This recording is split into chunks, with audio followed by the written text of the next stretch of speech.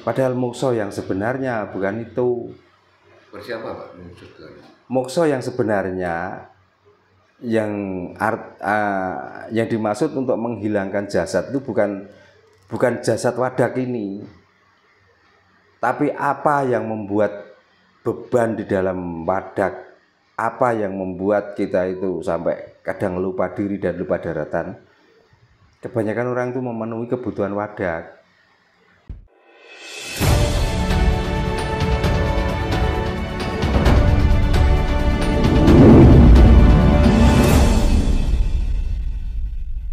Oke, selamat malam Pak Darno, Rahayu. Lalu Rahayu.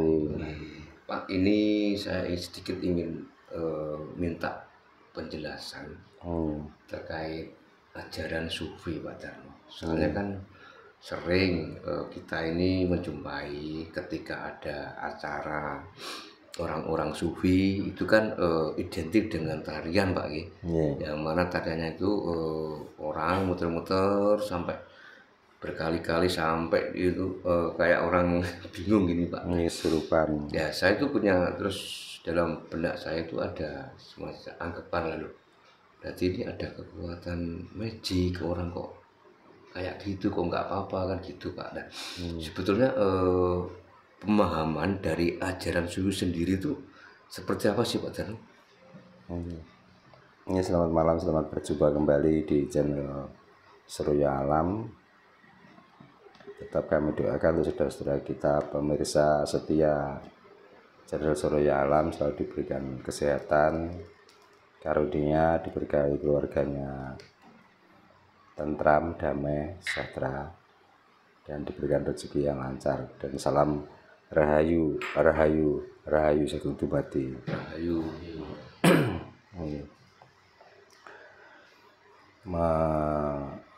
Mengupas atau menjelaskan tentang sufi, karena sufi itu kalau kita tidak paham itu seolah itu ajaran dari agama Islam.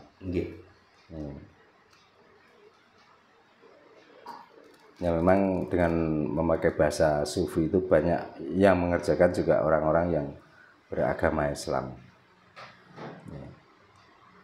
Tapi sebenarnya ajaran sufi di Jawa pun juga ada namanya mukso. Karena antara mukso dan sufi adalah mensucikan diri dari apa? Dari kekotoran hati, dari kekotoran perilaku, dari perbuatan, dari perkataan, dan untuk memusatkan pikiran kita bahwa kita itu hidup, dalam arti hidup itu untuk mencukupi kebutuhan hidup, dalam arti mencukupi tidak berlebihan, tapi mencukupi itu sekedar cukup untuk hidup pada hari ini.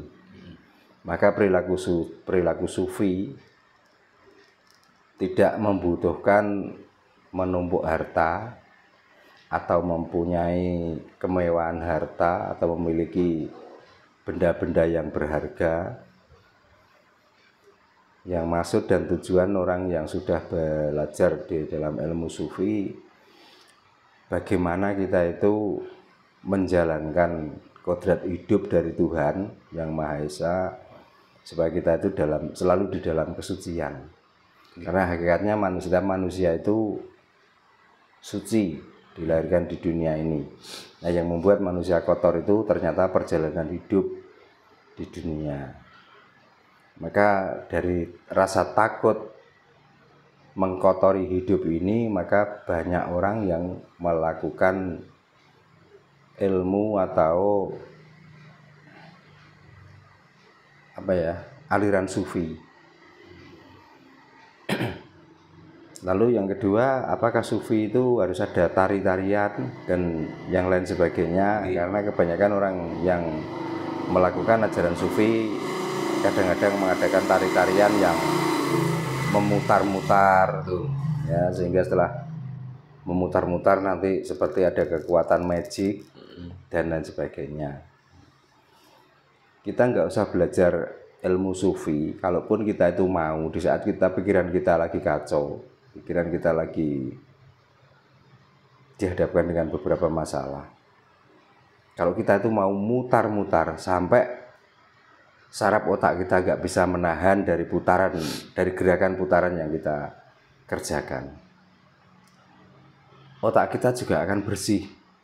Jadi pikiran yang tentang tadinya punya hutang, yang tadinya ada masalah, dengan memutar itu semua pemikiran, semua angan-angan tentang hutang, tentang masalah itu juga akan hilang. Kosong ya Pak. Kosong.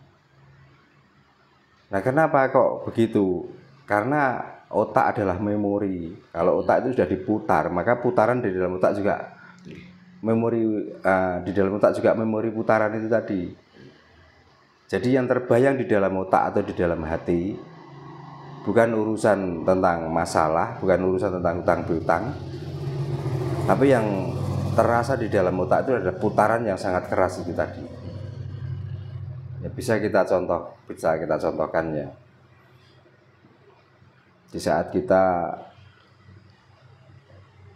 waktu dulu zaman kecil, kadang-kadang tidak sadar lalu memutar yang sangat kencang. Bumi ini tidak goyang, tidak gerak apapun, tapi badan kita itu seolah-olah digoyang-goyang, seperti diputar-putar, sehingga kita jalan sempoyongan, berdiri pun tidak bisa tegak. Kadang-kadang kita tuh jatuh di atas bumi.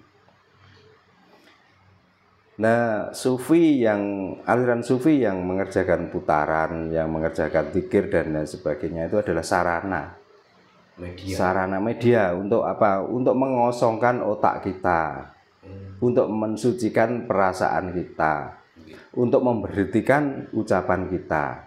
Sebenarnya sama dengan perilaku mokso. Mokso, kebanyakan orang yang belum paham tentang arti mokso, seolah-olah dengan menghilangkan jasad, bertapa yang berlarut-larut, menghilangkan jasad itulah jalan satu-satunya mokso. Padahal mokso yang sebenarnya bukan itu. Bersiapa Pak? Mokso yang sebenarnya yang dimaksud untuk menghilangkan jasad itu bukan jasad wadak ini, tapi apa yang membuat beban di dalam wadak, apa yang membuat kita itu sampai kadang lupa diri dan lupa daratan. Kebanyakan orang itu memenuhi kebutuhan wadak. Maka barang siapa yang bisa menghilangkan keinginan wadak, dalam arti badan kasar ini, sampai orang itu tidak bisa mengikuti hawa nafsu badan halus, ya itulah dinamakan mokso.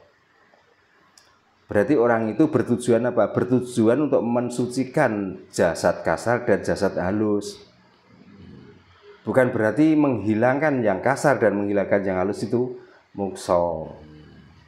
Tapi orang itu banyak yang bangga di saat bertapa yang kelantur-lantur, lalu hilang jasadnya, itulah dianggap mokso. Makanya sampai sekarang itu masih banyak peninggalan orang mokso yang gagal, termasuk BK, Bathara Karang, atau Jenglot. Itu kan hasil-hasil mokso yang gagal. Berarti intinya pemahaman moksa, kalau orang sekarang kebanyakan kan mengimplementasikan bahwa moksa itu termasuk kematian yang sesat Pak. Ya kalau saya pribadi, intinya. Ya kalau sesat kok kasar ya bisa dikatakan kesasar lah. Ya. Karena manusia itu harus paham, kita itu diciptakan dan terbentuk jadi manusia ini dari unsur 4 perkara, dari api, air, angin, dan bumi. Ya otomatis dengan bentukan jasad ini adalah pertanda 4 unsur yang sudah menjadi satu dalam tubuh ini. Maka jangan hilangkan. Jadi kalaupun mati, biar mati nyawanya saja. Raga ini biar utuh supaya kembali ke asalnya kembali. Tapi kalau dipaksa jasad ini harus hilang, berarti kan sudah menyalahi kodrat atau kehendak alam. Gitu. Nah, apakah dengan menghilangkan jasad itu terlalu kita itu masuk ke dalam kesucian hidup atau kesucian mati? Ya enggak. Apalagi di dalam agama sudah dijelaskan bahwa mati itu inna lillahi wa inna ilaihi rajiun. Dalam arti asalnya kita dari mana dan akan kembali ke sana. Nah, itu pun menunggu di saat roh kita itu hilang dulu. Nggak kembali itu waktu roh masih ada. Itu kan namanya penyiksaan roh dalam jasad. Nah, makanya sekali lagi ya mohon maaf barangkali pemirsa ada yang kurang pas dengan apa yang saya jelaskan, karena sudah pernah saya mengupas tentang mokso. Ya, banyak orang yang menyalahkan, oh salah pemahaman seperti itu, mokso adalah kesucian yang sangat tingkat tinggi. Betul. Ya, kesucian tingkat tinggi itu dengan memakai metode apa? Memakai contoh apa kok bisa suci? Wong kita paksa. Hidup ini yang sebenarnya butuh makan, butuh minum, akhirnya nggak dikasih makan, nggak dikasih minum. Akhirnya sampai jasad itu mengkeret. Nah, setelah mengkeret, otomatis kan kasihan pada roh yang dalam jasad itu.